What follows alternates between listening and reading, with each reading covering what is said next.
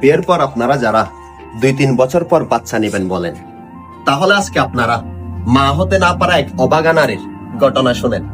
একদিকে আপনি বলেন 2-3 বছরের আগে বাচ্চা নিলে নিজেদের স্বাধীনতা হারিয়ে যায়, আর অন্যদিকে একজন শুধুমাত্র একটা বাচ্চা নেওয়ার জন্য বছরের পর বছর কান্না করে যায় নামাজ পড়ে।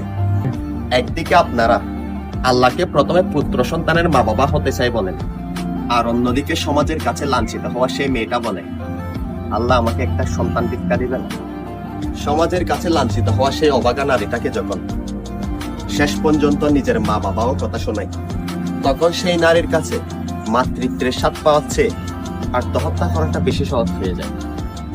আপনারা যারা পরপর 2টা কন্যা সন্তান হওয়ার পরে হারিয়ে ফেলতে চান নিজেদের মুখের হাসি, তাহলে আপনাদের কষ্ট কি 4-5 বছর ধরে মা হতে না পারা সেই অবাগা নারীর চেয়েও বেশি? কন্যা সন্তান হোক বা পুত্র সন্তান, যদি মা ডাকটা একদিন হলেও শোনেন, তাহলে আল্লাহর কাছে লাখো কোটি শুকরিয়া আদায় করে আলহামদুলিল্লাহ বলে।